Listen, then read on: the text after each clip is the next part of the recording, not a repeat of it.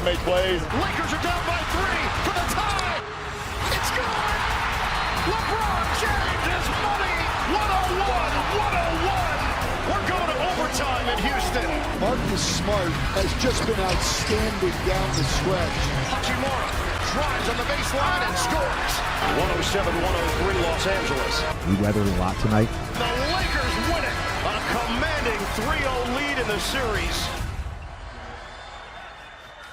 And so today in H-Town, the Lakers look to sweep a playoff series for the first time since the 2010 Western Conference semifinals against the Jazz, a series that came on their way to winning the second of back-to-back titles. As our Dave McMenamin is there in Houston for tonight's Game 4. No Luka again for LA tonight. I understand Austin Reeves is questionable. What is LeBron James, who's done an incredible job carrying this team? What's he saying about their approach with a chance to sweep?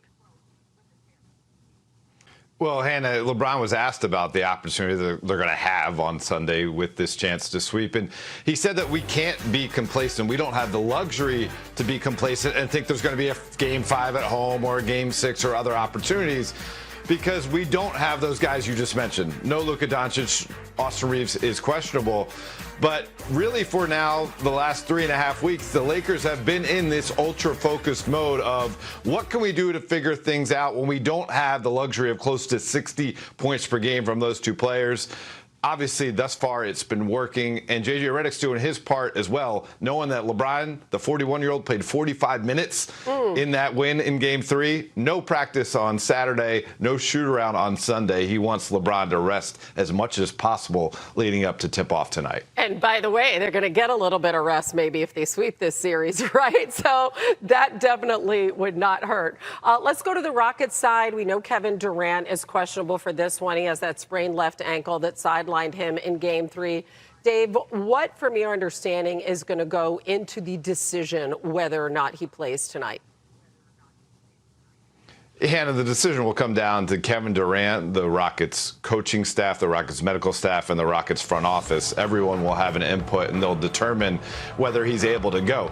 Game 1, he showed up at Crypto.com Arena with the intention of playing, but his right knee didn't allow him. Game 3, he showed up at the Toyota Center with the intention of playing, but his left ankle didn't allow him. Now, I know it was noticeable not to see him on the bench during Game 3. Ime Udoka told reporters on Saturday that Kevin Durant was already starting his rehab. He was in a pool, doing a pool workout as the game was going on. That rehab has continued round the clock as we come to Sunday, and we'll see as we inch closer towards tip-off how that left ankle feels. Yeah, despite the uncertainty of his status and being down 3-0, Houston's still a 4.5-point favorite at home in this one, Dave. Should be interesting. We'll see if they can find some life in this one. Dave McMenamin, we appreciate you. Thank you. Hannah, Quentin Richardson rejoining us with his QR codes. Q, before the Rockets win 4 games in a row, they got to get at least one. Okay, so what's the QR code for Houston to extend this series? Right now, the first thing they got to do is lead with their defense, Jay. They got to go out there and play high-level defense, take away the three-point line from the Lakers, and not let them get out in transition the way they've been able to do. Also, you can't allow a Luke Kennard to go and like he's been going, supernova, getting 20-plus points a game and doing things like that. But you got to know that LeBron James is going to come out here with that focus. He's a 41-year-old vet that's been around the block many times, and he knows how serious it is to try and close this thing out so that he can rest up, as well as getting those guys, Luka and AR, rest, and they can try and hurry up and get back to the team. Okay, Q, meanwhile, the Spurs, they look to take a 3-1 lead on the Blazers today on ESPN. Wemby's listed as questionable, still a concussion protocol. What's the QR code for the Spurs if he's still out?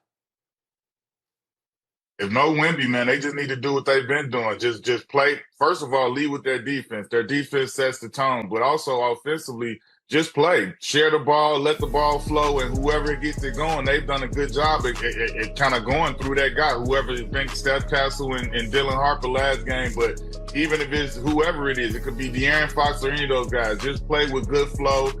Luke Cornett has done a great job filling in whenever Wemby hasn't been able to go this year. Their record with Luke Cornett starting and Wemby not playing is a winning record. So they have confidence. They've been in this position before. They just need to go out there and execute.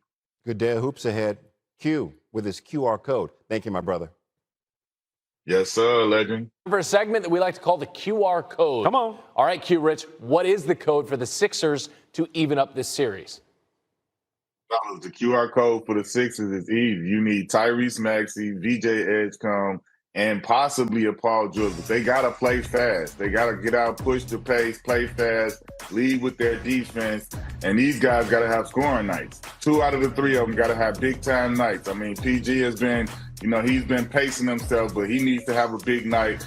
But the guy, Tyrese Maxey, he's been the all-star, been the leader. He needs to have a big night, and they could definitely use anything that rookie VJ Edgecombe wants to give them energy-wise, because they got to come out and make a statement early and kind of try to push the pace and get the Celtics on their heels. All right, Q, what about the QR code for San Antonio? They're trying to go up 3-1, potentially without Wemby.